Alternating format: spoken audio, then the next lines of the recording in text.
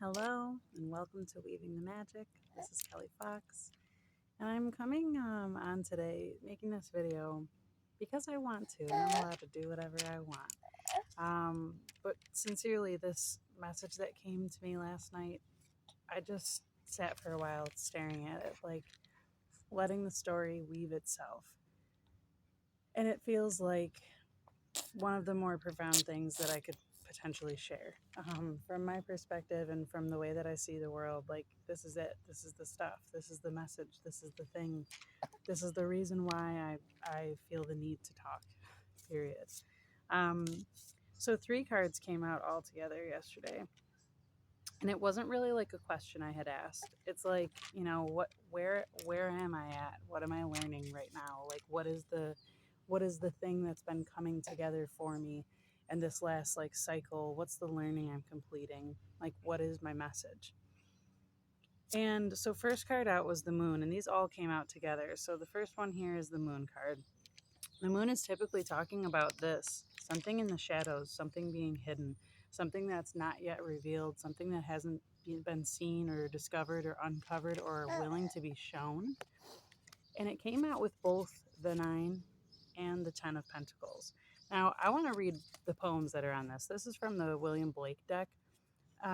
This is the 9 of Pentacles, which is called the 9 of Poetry in here, which is just so beautiful. It's labeled powers. We were placed here by the universal brotherhood. We were placed here by the universal brotherhood and mercy, with powers fitted to circumscribe this dark satanic death. Look at this. Okay? With powers fitted to circumscribe this dark satanic death. Next one, 10 of Pentacles, prophecy. In futurity, I prophetic see that the earth from sleep shall arise and seek for her maker meek, and the desert wild become a garden mild. I'm seriously getting chills, okay? So, all together, what this is to me, what this means is that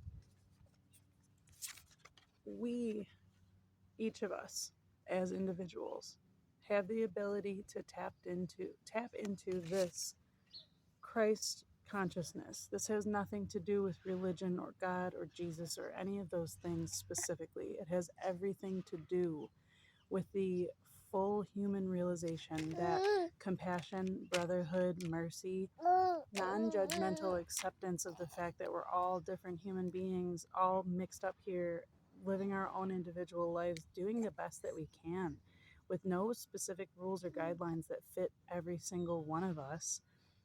So we need mercy, we need compassion.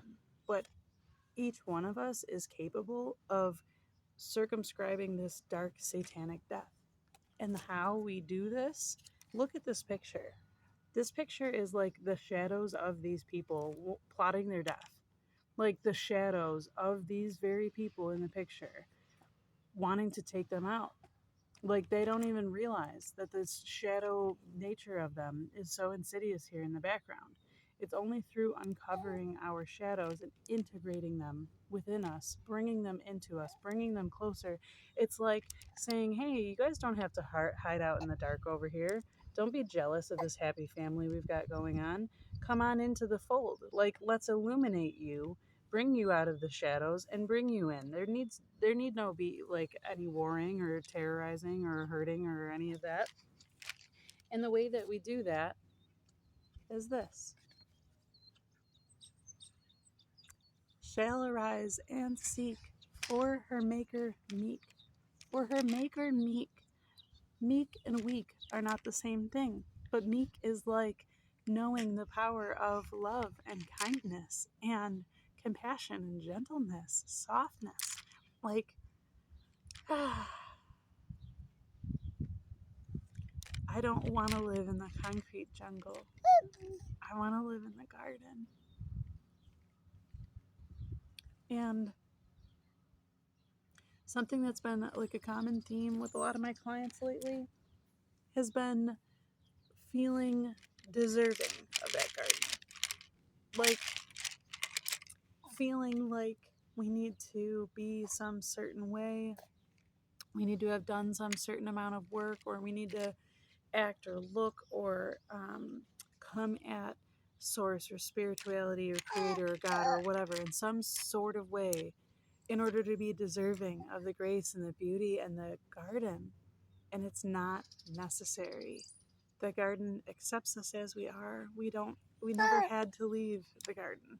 We can still be in the garden. Like, I'm right now in the garden, both literally and physically. And there's so much peace to be had here.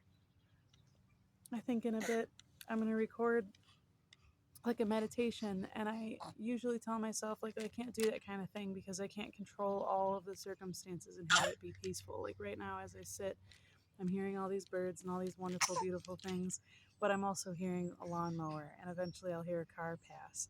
And my like perfectionist self says that's not good enough. Like, I need to have a perfect circumstance in order for it to be something that I want to like put out, or what I want to like share with other people.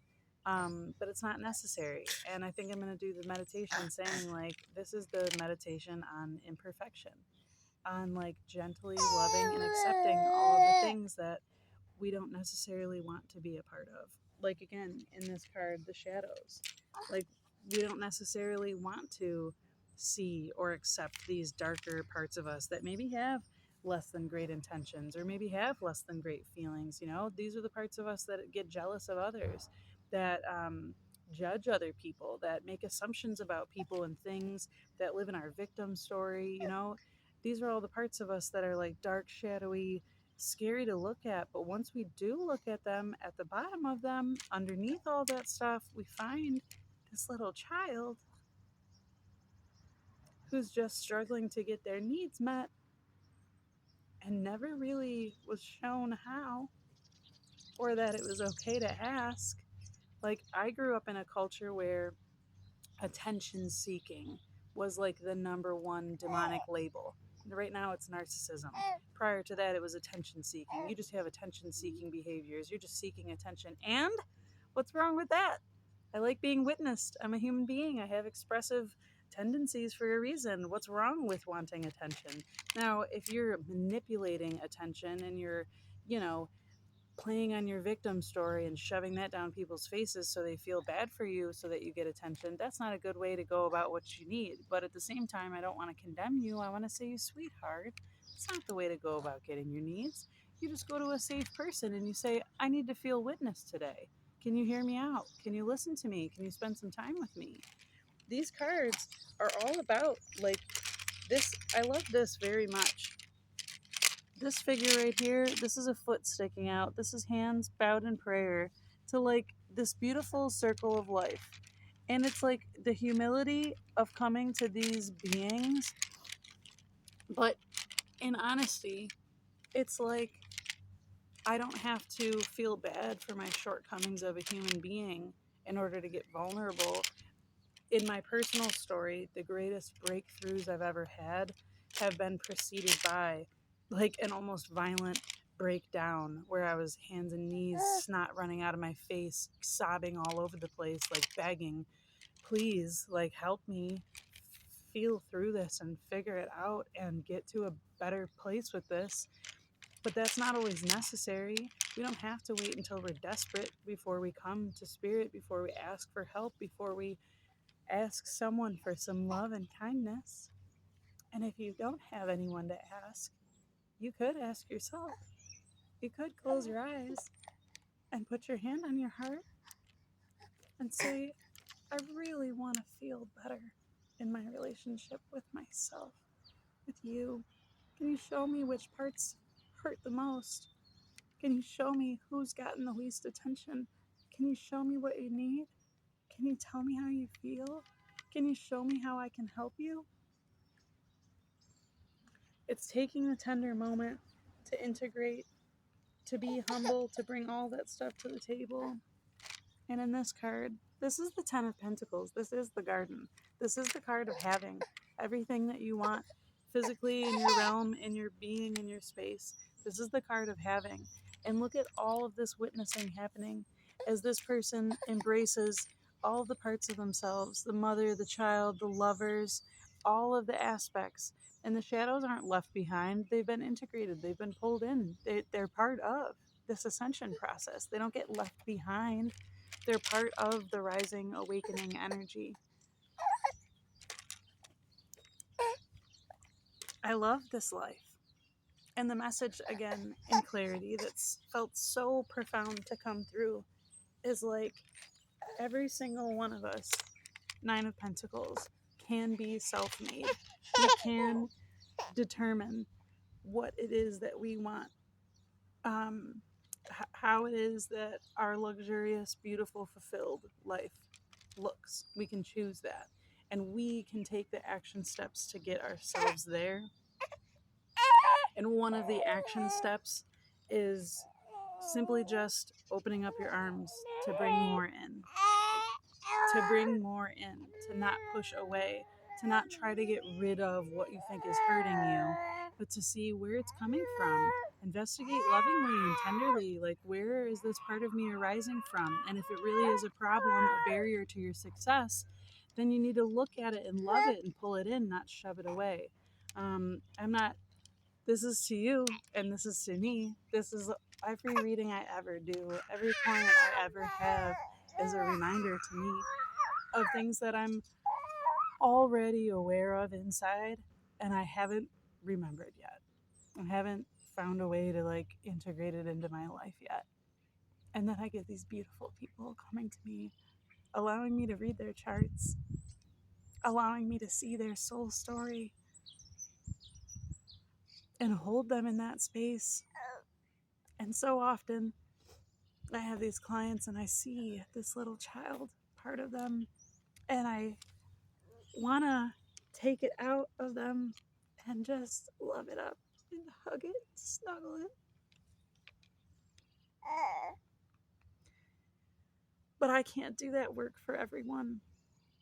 So it's always one of the suggestions that I'm giving as I look and see the specific things and the specific wounds in people's charts and the things that their childhood selves had to go through and not have the help or the assistance or the good example of how to live with those emotions, get through them. So I'm always tapping in and finding ways to empower that part so that the shadow isn't some dark, scary thing. So that the shadow is just like this beautiful little child that just wants to be loved and have their needs met. Because the more we pull that in, the more we all are walking around in society as happy, whole, fully integrated human beings. And I don't have to worry about the strangers that my kids are around.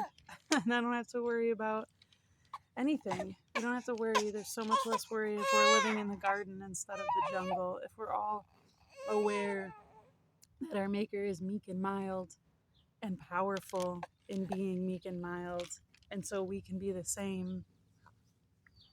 We don't have to be fighting each other in the jungle. We could just be living in the garden.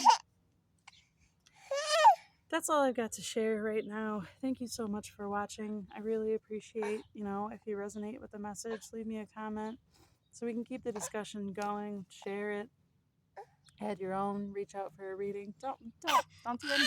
Just love yourself. Just love yourself and go out into the garden today and appreciate how beautiful it is to be alive. Invite all of yourselves to be there with you.